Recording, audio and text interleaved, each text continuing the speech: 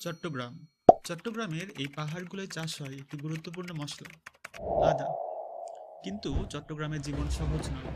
রোদ, বৃষ্টি, সীমিত বিদ্যুৎ, পানি ইত্যাদি সমস্যা সারা বছর। কিন্তু যদি এই রোদকেই শক্তি বানানো যায়, এগ্রিভোল্টাইক্স হতে পারে তাদের জন্য একটা গুরুত্বপূর্ণ সমাধান। এগ্রিভোল্টাইক্স হলো ফসলের ক্ষেতে সোলার প্যানেল স্থাপনের একটা গুরুত্বপূর্ণ এবং ইফেক্টিভ প্রসেস। আদা খেতে সোলার প্যানেল লাগালে তা আদার জন্য ছায়া দেবে, মাটি আর্দ্র রাখবে এবং বিদ্যুৎ উৎপাদিত হবে। উৎপাদিত বিদ্যুৎ দিয়ে স্থানীয় মানুষের বিদ্যুৎ ঘাটতি, সেচ কাজ চালানো যাবে।